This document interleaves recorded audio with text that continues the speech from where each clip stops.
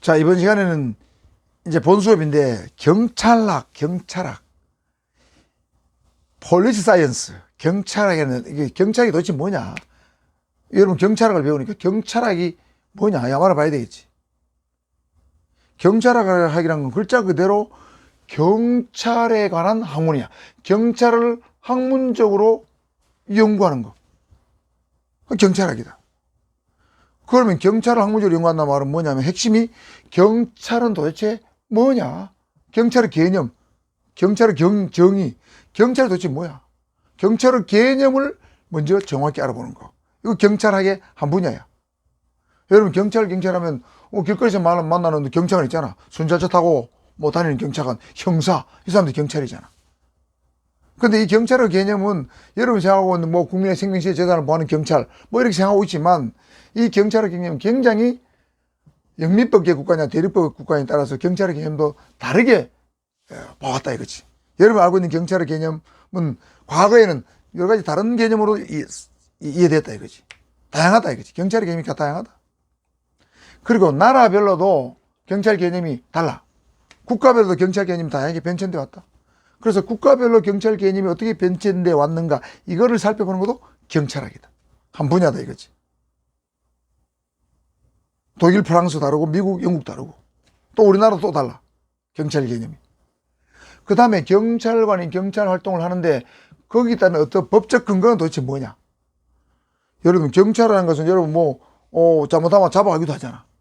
그 다음에 교통위반하면 다 잡아가기도 하고 집 개몽하기도 하고 청소년도 잘못하면 잡아가기도 하고 훈방하기도 하잖아. 다 경찰 활동이잖아. 그럼 경찰 활동이 국민의 어떤 자유나 권리를 뭔가 제한하는 듯한 그런 뉘앙스가 강해요. 그러면 그런 걸 하려고 하면 법적인 근거가 있어야 돼. 그럼 경찰 활동의 법적 근거는 무엇인가? 이것도 경찰의 한 분야지. 그 다음에 조직관리. 경찰도 하나의 조직이잖아.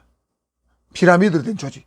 경찰청장을 중심으로 해서 지방경찰청, 경찰서, 지구대, 팔소, 치안센터 이런 식으로 이렇게 경찰도 이렇게 피라미드로 경찰청장부터 지방경찰청, 경찰서, 지구대, 팔소, 치안센터 이런 식으로 됐고 계급도 치안총감, 치안정감, 치안감, 경무관, 총장에서 11개 계급으로 피라미드로 만들어졌어. 이게 조직이란 말이에요. 경찰도. 그러면 이 방대한 12만 명의 경찰 조직을 관리하는 거 어떻게 관리할 것인가? 사람 관리, 인사 관리지. 사람에 대한 관리, 인사 관리. 인사 관리는 어떻게 낼 것인가? 예산 어떻게 관리할 것인가? 장비는 어떻게 관리할 것인가? 이런 건 조직 관리야. 이런 것을 전반적으로 살펴보는, 파악해서 실체를 규명하는 학문이 바로 경찰학이다. 폴리스 사이언스다. 그렇게 부른다 이 말이지. 그 중에 핵심이 경찰의 개념이야. 경찰의 개념을 중심으로 경찰의 실체를 규명하는 학문. 바로 이게 경찰학이다.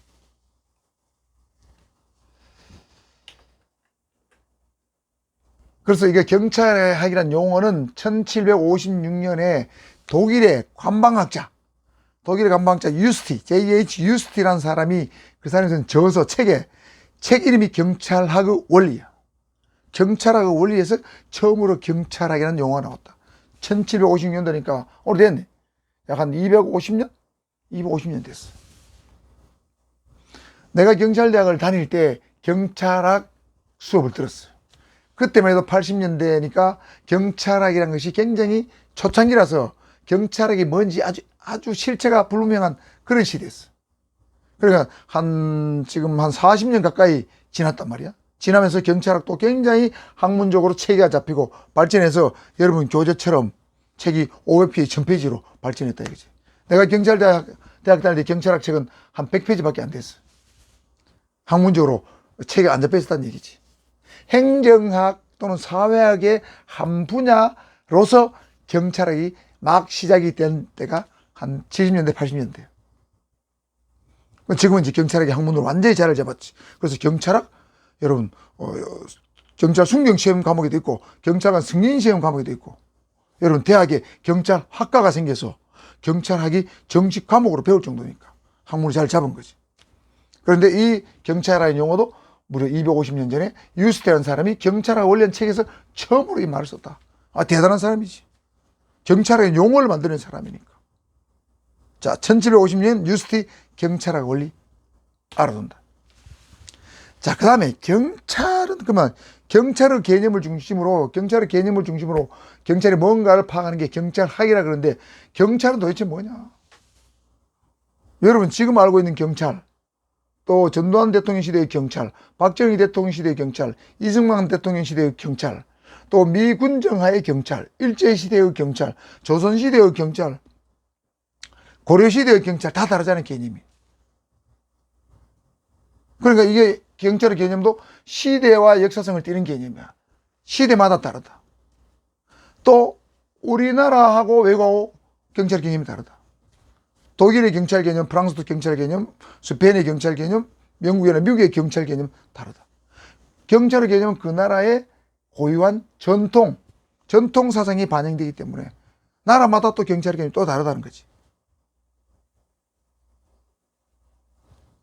그래서 경찰의 개념을 한마디로 일률적으로 또는 획일적으로 경찰은 뭐다? 정의하기 곤란하다. 경찰은 뭐다? 정의하기 어렵다는 거지. 일반적으로 경찰은 여러분 딱 그렇게 정의하겠지.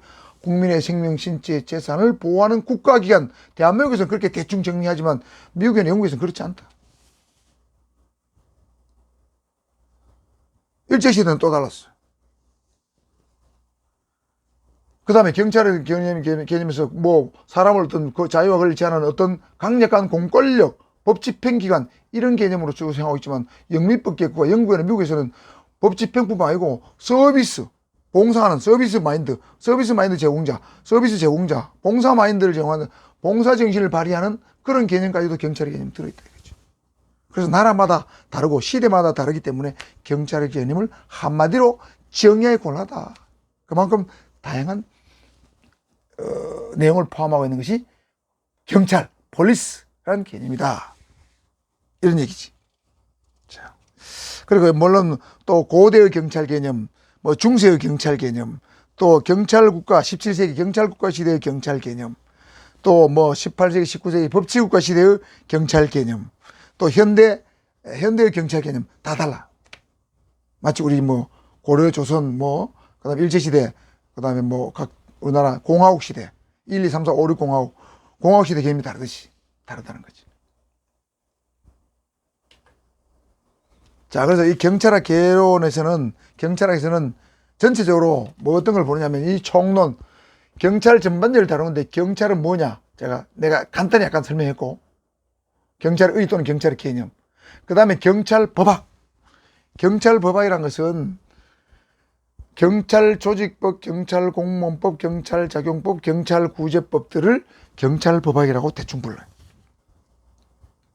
경찰조직법은 경찰은 어떻게 조직되어 있는가, 경찰의 조직과 구성에 관한 법이라. 그럼 우리나라 경찰은 경찰청, 지방경찰청, 경찰서, 지구대 팔소, 치안센터 이런 식으로 크게 보면 조직되어 있지. 세부적으로 대하면 무슨 국이 있고 부가 있고 과가 있고 개가 있지만 이 경찰 조직이 가는 경찰 조직이 가는 법이 바로 경찰법이다. 경찰법. 그 다음에 경찰공무원법도 있어요. 경찰공무원법은 경찰 공무원의 뭐 인사, 그 다음에 징계, 신분 보장 뭐 이런 것들을 다른 법이야. 경찰 공무원은 인사를 어떻게 하고 승진을 어떻게 하고 시험은 어떻게 치고 징계는 어떻게 하고 뭐 이런 것들이 경찰 공무원법에 들어있다.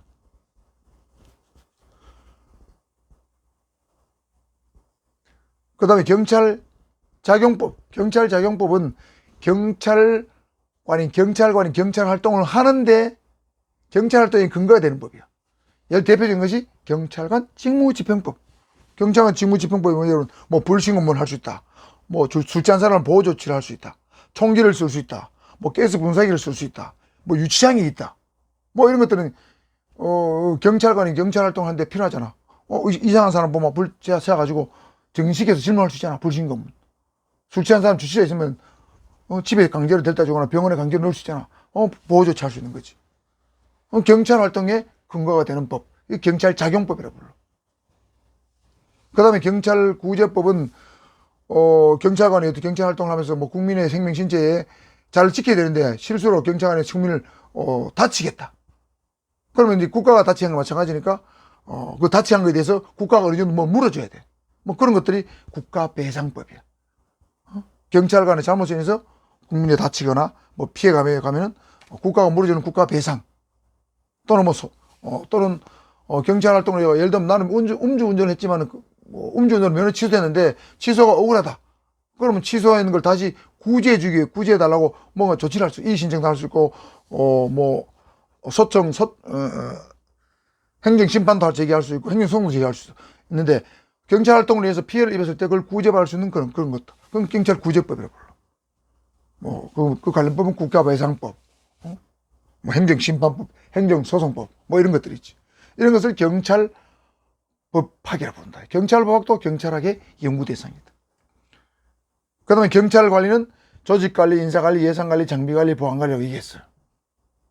경찰관리에 관한 거. 그 다음에 경찰통제는 뭐냐면 경찰관은 내부적, 외부적 통제를 받아. 내부적으로는 감찰, 감사 기능이 해가지고 경찰관이 직무를 수행하면서 태만히 하면 징계 먹이잖아.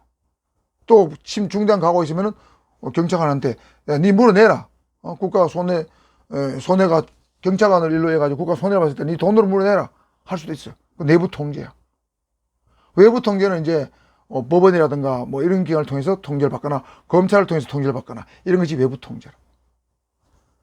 뭐 이런 것들을 다 다루는 것이 경찰학이다.